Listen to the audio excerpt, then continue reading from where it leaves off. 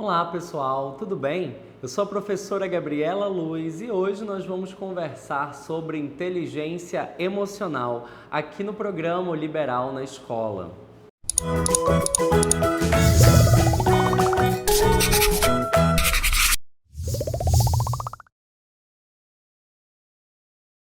Então, a inteligência emocional é um dos pré-requisitos da conhecida educação no século XXI.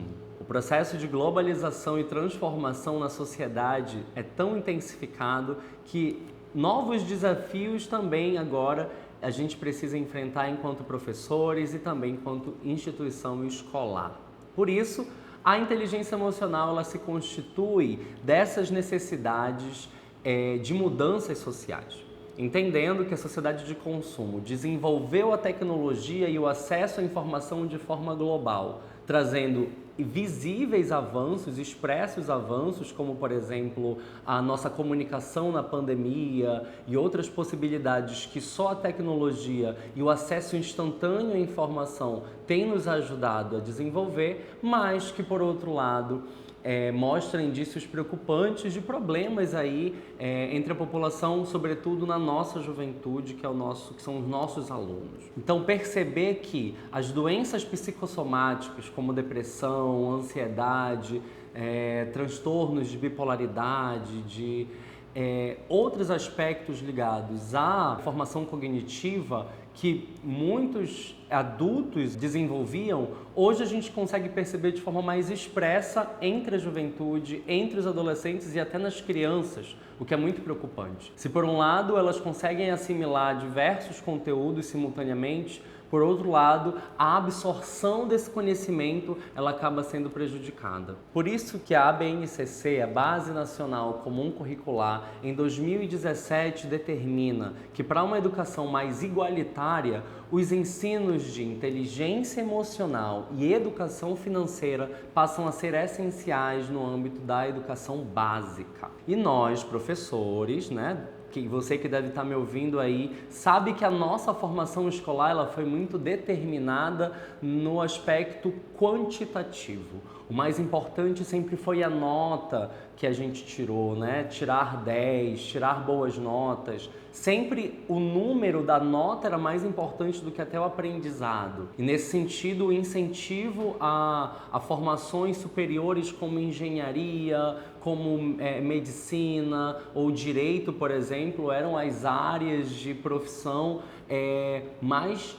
faladas, mais estimuladas no contexto escolar. O que, é claro, naturalmente gerou muita ansiedade e frustração por parte de muitos alunos. Por isso, na educação do século XXI, a escola, o primeiro paradigma que a escola tem que enfrentar e entender é que o colégio hoje prepara o aluno para a vida, capacita o aluno para todo tipo de experiência e escolha que pretende fazer no futuro. Isso porque esse aluno agora não se dedica apenas a escolher o que ele pretende para o mundo, mas ao escolher o que ele pretende para o mundo, entender como o mundo e as coisas ao redor funcionam, auxiliam para que esse aluno e sujeito possa tomar as melhores decisões de forma eficaz. Muito importante com isso entender que a escola, mais do que nunca, cumpre um papel fundamental de formação humana, ou seja, se o acesso à informação ele é instantâneo, em qualquer celular eu posso acessar todo tipo de informação de química, geografia, biologia e todos os assuntos, para que a escola e os espaços de acesso à informação não sejam obsoletos, cada vez mais a gente precisa entender a prática, a aplicação, como eu utilizo o conhecimento que eu estou adquirindo e assim ter uma escola mais inclusiva e participativa. Por isso, para a inteligência emocional, o primeiro aspecto, é claro, é da valorização do indivíduo. Valorizar o indivíduo, o aluno e a sua experiência individual é essencial para que a gente tenha um espaço de participação, mais convidativo, diferente do que a maioria de nós, professores, viveu no colégio, onde o professor era uma figura de autoridade máxima na sala, inquestionável.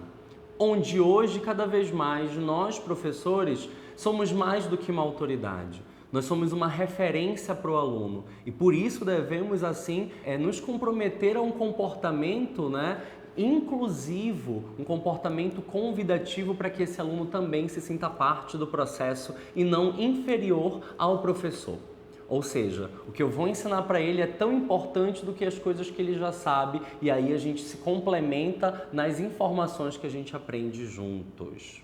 Ou seja, a educação é um processo inclusivo e participativo e não unilateral, onde eu apenas aprendo, ou melhor, obedeço aquilo que eu ouvi de alguém. Para o aluno entender melhor esse paradigma, que até para a gente já é um pouco difícil de entender, o primeiro aspecto fundamental é a mudança do paradigma, ou seja, o ponto de vista. É importante que a gente tenha o exercício cotidiano em sala de aula de observar de pontos diferentes os mesmos aspectos, de levantar uma problemática estabelecendo as possíveis referências de observar e entender por que aquele assunto vive daquela natureza e pode chegar a outras mudanças possíveis também. Se eu entendo e reflito sobre a mudança de paradigma, se eu mudo o meu ponto de vista, eu também mudo as minhas atitudes sobre aquela referência. Por exemplo, no aspecto da inclusão. Se eu mudo o meu ponto de vista sobre as pessoas cegas ou sobre as pessoas que convivem com alguma deficiência, eu naturalmente vou mudar o meu comportamento sobre essas pessoas, de não mais inferiorizá-las, mas com empatia me colocar no lugar delas e estabelecer uma outra relação. Mas para que haja mais cooperatividade, uma lição importante é preciso ser entendida e trabalhada em sala de aula. A diferença do autoritarismo do chefe para a cooperatividade do líder. Esse paradigma é essencial e ele precisa ser superado.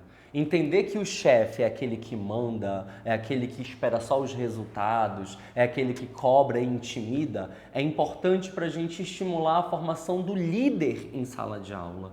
O líder é aquele que ajuda, é aquele que orienta, é aquele que está do lado também, é aquele que é amigo e não só uma autoridade. Ou seja, que os alunos se vejam cada vez mais enquanto lideranças do que enquanto chefes, para que a gente possa superar nessa geração a cultura da disputa entre os sujeitos em sociedade, para que eu não veja mais o meu colega enquanto alguém inferior a mim ou um adversário que eu precise derrotar, mas que juntos a gente pode, enfim, conseguir encontrar e desenvolver processos de benefício mútuos entre nós para o que a gente precisa encontrar juntos, que é, claro, a finalidade do processo de aprendizagem. Essa é uma breve contextualização sobre a necessidade de implementar a inteligência emocional da escola na sala de aula e por que ela é um pré-requisito essencial no processo de formação.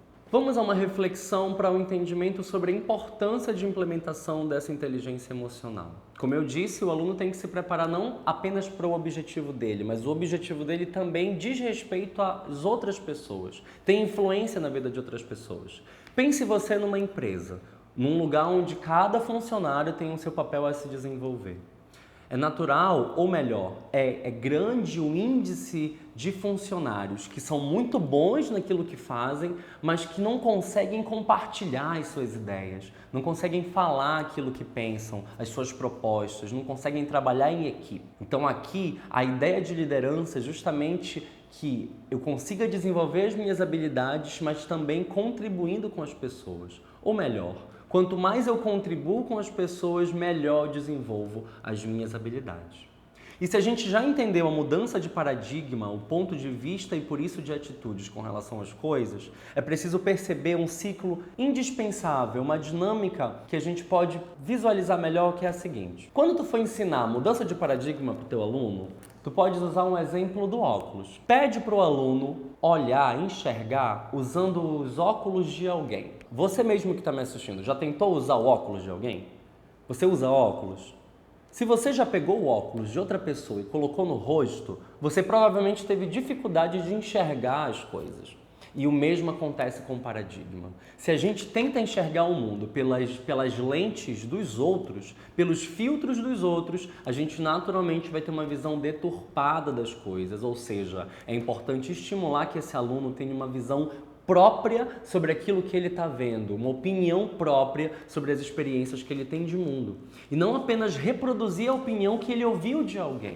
Reproduzir uma informação que às vezes pode ser fake, pode ser falsa, Por isso a comprovação, ver com os próprios olhos é uma fala importante para que a gente consiga começar a caminhar sobre a inteligência emocional. Se eu entendi a mudança de paradigma, eu vou entender a dialética de como as coisas acontecem. Por isso, primeiro eu vejo, observo uma situação para então poder tomar uma atitude, para poder fazer. Ver para poder fazer e naturalmente obter um resultado. Esses três processos complementares e cíclicos, eles precisam ficar claros para a gente. E naturalmente também explicar para o nosso aluno que, se por exemplo, professor, eu tenho uma visão de superioridade sobre o meu aluno, se eu vejo a minha turma enquanto um monte de adolescentes ou crianças imaturas que não se comportam, né? Eu vou ter uma postura autoritária, de desrespeito. Que resultado eu vou obter com uma postura autoritária? Um resultado de desconfiança, de inimizade, né?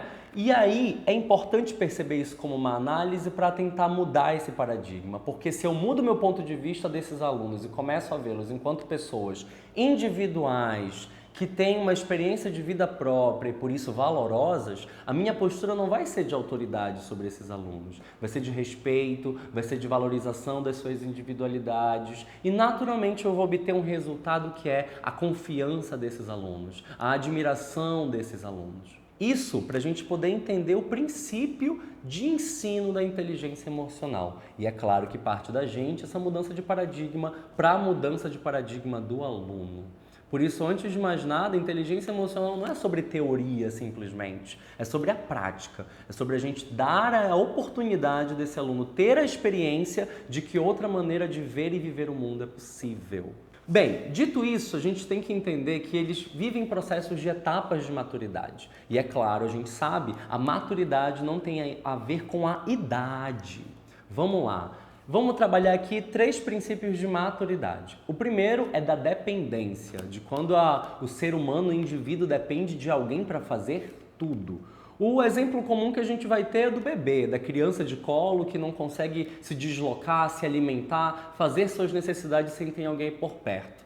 Mas a gente sabe que também existem adultos que, infelizmente, passam por isso. Adultos que não conseguem, ou melhor, não fazem suas coisas com autonomia. Ou seja, a dependência é um primeiro estágio de maturidade.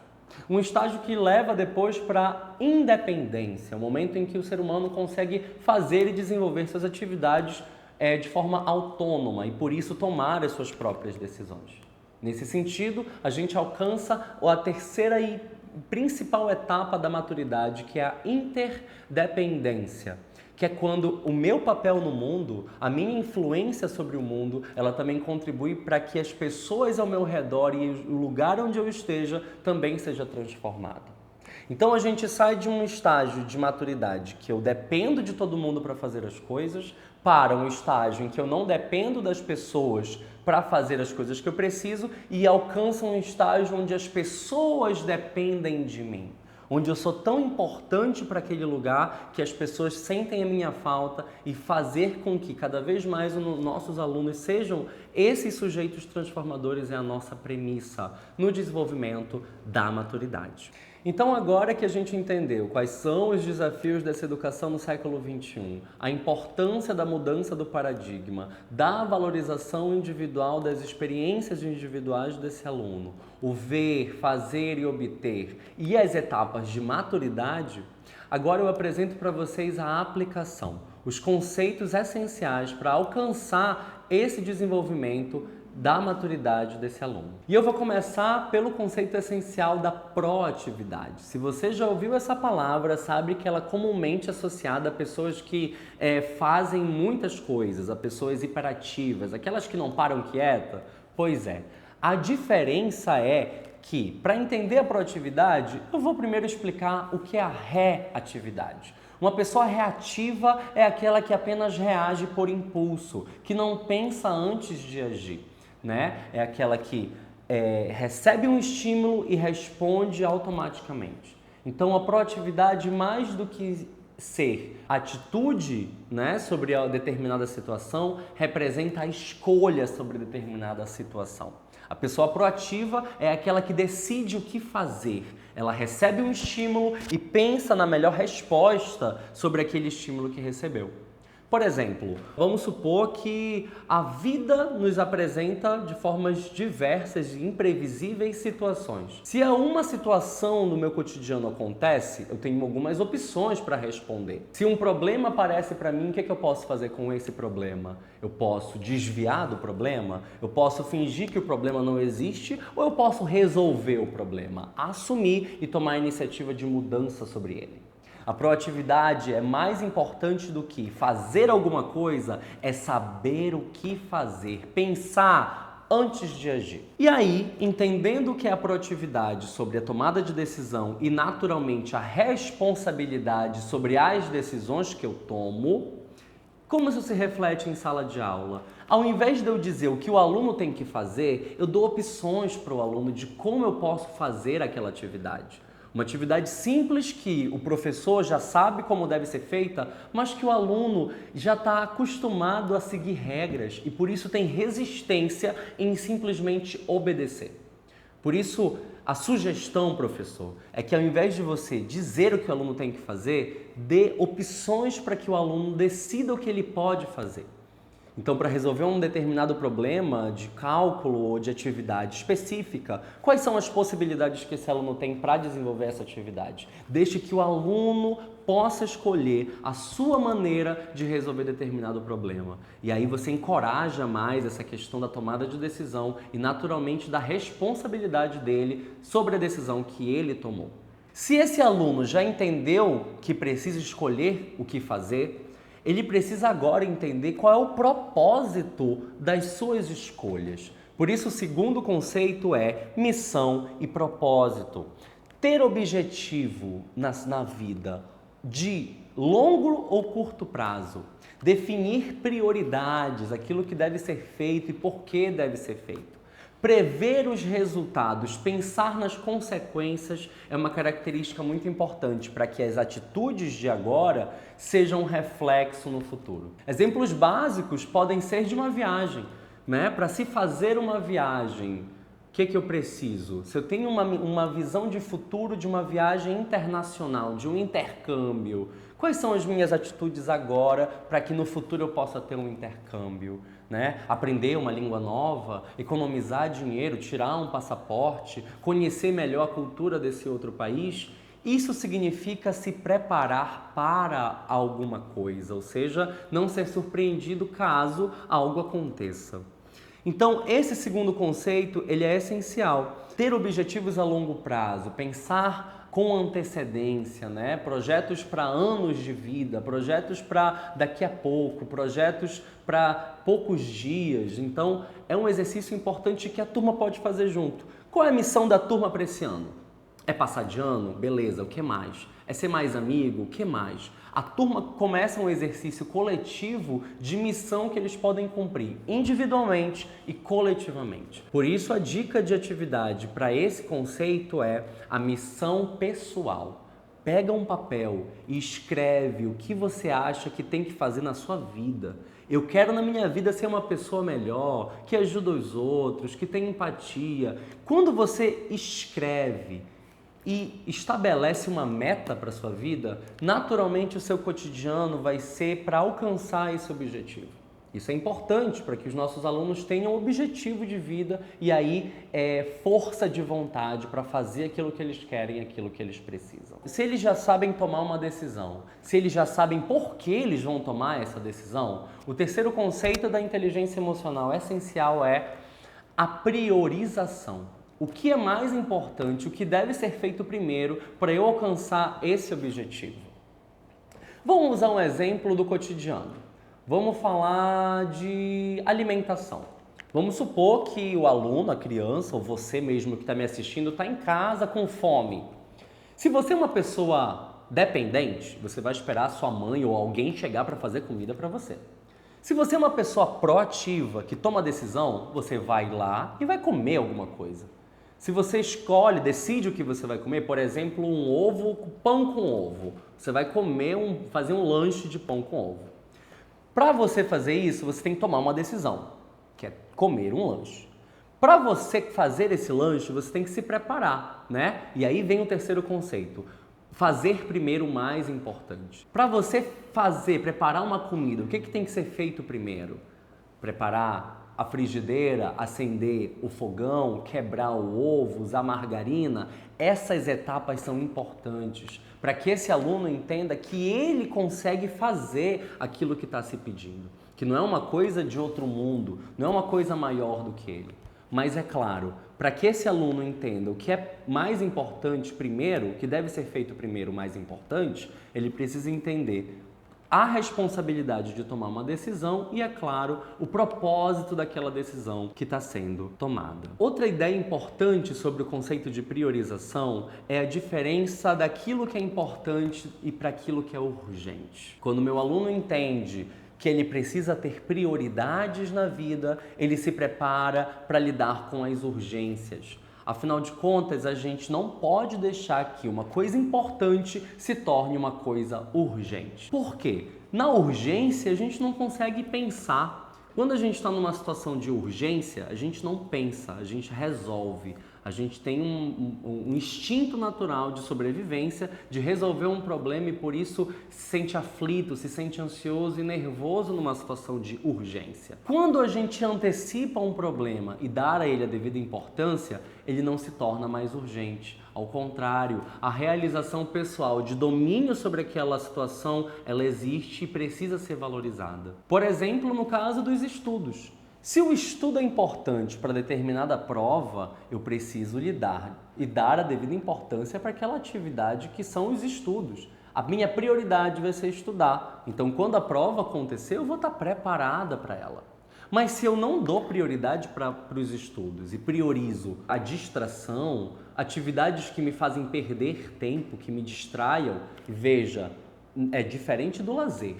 O lazer, a diversão é importante. Deve ser uma prioridade. O que não deve ser uma prioridade é perder tempo vendo coisas inúteis na internet ou que não vão contribuir. Consegue perceber? Quando eu dou a devida importância para determinada atividade, ela deixa de ser uma urgência e eu passo a ter domínio sobre ela. Por isso, depois de ter um propósito para desenvolver alguma determinada ação, ter prioridade é essencial para que eu assuma cada vez mais o controle sobre as coisas que eu estou fazendo. Então vamos lá. Se o nosso aluno entendeu sobre proatividade, se você entendeu sobre a missão e o propósito, o objetivo, e também sobre a priorização, fazer primeiro o mais importante, a gente alcança aqui uma etapa de maturidade que é a independência. A pessoa independente, ela sabe o que está fazendo. Ela toma as suas próprias decisões sobre aquilo que acha que é certo fazer e por isso desenvolve as suas atividades. Se a gente alcançou o estágio da independência e consegue desenvolver nossas próprias atividades, a nossa premissa deve ser cada vez mais superar essa etapa para a interdependência. E aí vem o nosso quarto conceito essencial, o pensamento de abundância. O que é o pensamento de abundância? É um pensamento de que juntos a gente consegue ir além, de que juntos a gente pode conquistar muito mais em benefício coletivo. Para isso, o pensamento de abundância, ele trabalha com 2 paradigmas essenciais. O equilíbrio da coragem e da consideração. Coragem de dizer aquilo que se pensa. Se eu tenho uma ideia, eu preciso dizer qual é a minha ideia. Eu preciso falar o que eu acho que é importante. E também ter a consideração de ouvir a ideia de alguém. Se trata basicamente de uma negociação. O pensamento de abundância é quando eu faço uma negociação sobre 2 interesses distintos e alcanço um terceiro lugar, um interesse comum para as 2 pessoas. Vamos ao exemplo dos estudos. Para você que é um professor ou professora, determina um dever de casa de um livro específico da biblioteca da escola. Esse aluno vai até a biblioteca. Acontece que nessa situação sobrou apenas um livro para 2 alunos. Como resolver? Vou repetir. Pensamento de abundância. A gente tem interesses individuais que é estudar, né? E o interesse sobre um único livro. Quais são as possibilidades que a gente pode encontrar para que as 2 pessoas consigam usufruir do mesmo conhecimento que só um livro pode adquirir? Outro pilar essencial para a inteligência emocional é, sem dúvida, a empatia. é também um dos maiores desafios da nossa sociedade. Se colocar no lugar do outro, o exercício de escuta empática, ouvir com a intenção de entender verdadeiramente. Às vezes, as pessoas elas só precisam de alguém para ouvi-las, né? Só precisam mesmo desabafar. O ato de confiança, de coragem para falar aquilo que está sentindo, sem julgamentos, é essencial. É algo que tem que ser estimulado entre os alunos também. Muitos dos nossos alunos passam por situações que nós mesmos nem imaginamos. E poucas vezes damos espaços para esses alunos falarem sobre esses problemas. Sejam problemas no âmbito escolar com outros colegas, ou na maioria dos casos, problemas relacionados à vida familiar ou à vida cotidiana, que não encontram espaços no colégio para poder falar também. Então, a escuta empática é, sem dúvida, uma maneira de comunicação sem julgamentos. Assim, aquele conhecido "tá vendo só?" Ou então, "mas eu te avisei." Ou então, "se você tivesse..." Essa fala é uma fala que julga, é uma fala que intimida. Por isso, ao contrário de intimidar, a gente precisa deixar cada vez mais essa pessoa confortável para falar aquilo que ela sente. Ou seja, ao invés de eu julgar a pessoa pelo que ela fez, eu posso dar respostas autobiográficas, ou seja, coisas pelas quais eu passei que podem ajudar. Por exemplo, a questão do divórcio, né? Um aluno está triste porque os pais se separaram. Não posso dizer para ele, mas quando os meus pais se separaram, eu não sofri, eu passei por isso com tranquilidade. Porque mesmo que o problema seja o mesmo que você já passou, a forma como a pessoa lida com esse problema é diferente, sempre vai ser diferente. Por isso, na escuta empática, eu preciso ouvir verdadeiramente, ter interesse pelo que a pessoa está falando. Conte-me mais a respeito disso. Como você se sentiu com relação a essa situação? Poxa, eu sinto muito pelo que aconteceu. Às vezes, só ser de forma presente, respeitando a situação individual, o sentimental de cada um, já é o suficiente, acolhedor o suficiente para determinada situação.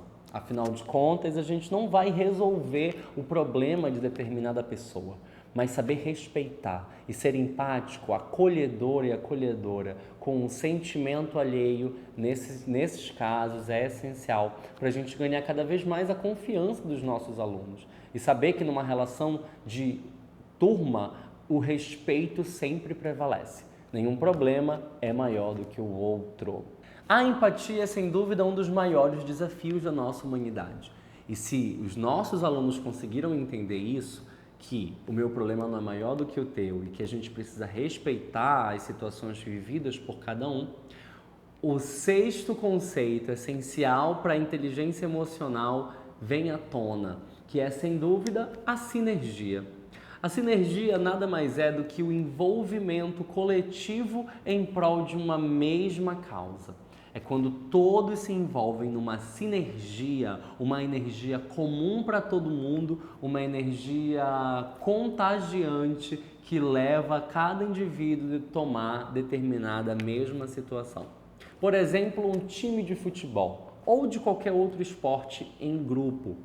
É mais do que uma competição, mas um jogo de cooperatividade em prol de uma mesma causa. É quando eu junto e valorizo as diferenças para alcançar aquilo que eu preciso e que eu só posso alcançar se a gente se juntar nas nossas diferenças. Outro exemplo seria uma orquestra. Uma orquestra é, se não, um dos exemplos mais eficazes da valorização das diferenças, onde cada instrumento musical, no seu tom, no seu acorde, é essencial e se complementa para formar uma composição coletiva e aí sim proporcionar uma sinergia, um clima que envolve as pessoas de forma geral. Provavelmente tu já viu esse aluno em sala de aula, né? Aquele que contagia as pessoas. Sabe quando você, professor ou professora, consegue comunicar uma ideia incrível para a tua turma, uma proposta de atividade maravilhosa, inovadora, que todo mundo tem vontade de fazer, mas aquele aluno lá atrás reclama. E aí, todos os alunos também são contagiados por ele. O nosso desafio em sala de aula é fazer com que todos possam criar sinergia e não apenas um. Que esse único aluno que contagia todo mundo com as suas opiniões possa ser um exemplo também para que outros, sejam também contagiantes. Ou seja, eu vou valorizar a qualidade dele, mas não apenas dele. Eu não vou dar todo o foco da aula para esse único aluno, mas eu vou utilizar o pretexto dele de chamar atenção para compartilhar esse protagonismo com os outros alunos também. Então a sinergia nada mais é do que essa unidade do protagonismo em prol dessa determinada causa. E aí sim, se eu tenho um pensamento de abundância, de saber negociar as minhas intenções em prol de algo maior, se eu tenho empatia e por isso posso confiar nas pessoas, se eu consigo estabelecer uma relação convidativa de confiança com o meu aluno, com esse sujeito, e finalmente eu consigo trabalhar em equipe com cooperatividade, em se ajudar em prol de algo comum, aí sim eu alcanço a interdependência. Estou falando de 6 etapas essenciais nesse desenvolvimento de maturidade que, ao alcançar a interdependência, chega no senão conceito essencial que nutre um ciclo constante de desenvolvimento da maturidade. Afinal de contas, saber fazer escolhas não é uma qualidade para determinada situação. Ter um propósito de vida, ter uma escuta empática, saber definir prioridades ou pensamento de abundância é um exercício diário que todo ser humano precisa fazer. A renovação de ciclo constante. E aí vem o nosso 7º conceito essencial, que é a renovação. Somos professores e por isso a nossa principal ferramenta de trabalho é o nosso próprio corpo. O artista tem um pincel, para poder fazer o seu quadro, a sua escultura. O músico tem um instrumento musical para poder fazer a sua composição, para fazer a sua sonoridade. O fotógrafo, o cineasta tem uma câmera, tem uma ferramenta que separa ele da sua arte. Nós, professores, nós temos o nosso próprio corpo. Nada nos separa do nosso aluno, senão a sinceridade da nossa presença. Por isso, a renovação constante das nossas ideias e dos nossos pensamentos é essencial. Arrume um tempo para você.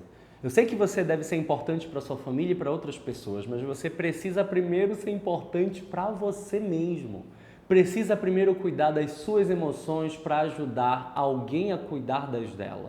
Precisa primeiro cuidar de você para conseguir cuidar de alguém também. Tirar um tempo para ti, só para você fazer o que você quiser. Fazer nada também é uma escolha. E não tem problema, porque o lazer, ele é importante. Lazer, o descanso, ele é importante. E eu estou falando do equilíbrio mental, da mente, do corpo, do espírito. Procurar fazer leituras que renovem as tuas referências de mundo, filosóficas. Se você é uma pessoa religiosa, espiritualizada ou não, mas fazer uma meditação, algo que consiga fazer você se concentrar e encontrar uma paz interior é importante também. Estudar novos assuntos, ler novos conteúdos, renovar. Estimular a sua criatividade e as suas habilidades é essencial para que todos esses conceitos de maturidade consigam se aplicar constantemente. Por isso, a maturidade não quer dizer a idade. Existem adultos que, infelizmente, são muito irresponsáveis e crianças que, surpreendentemente, nos ensinam sempre a cada aula e a cada momento, a cada encontro, exemplos de cidadania e respeito.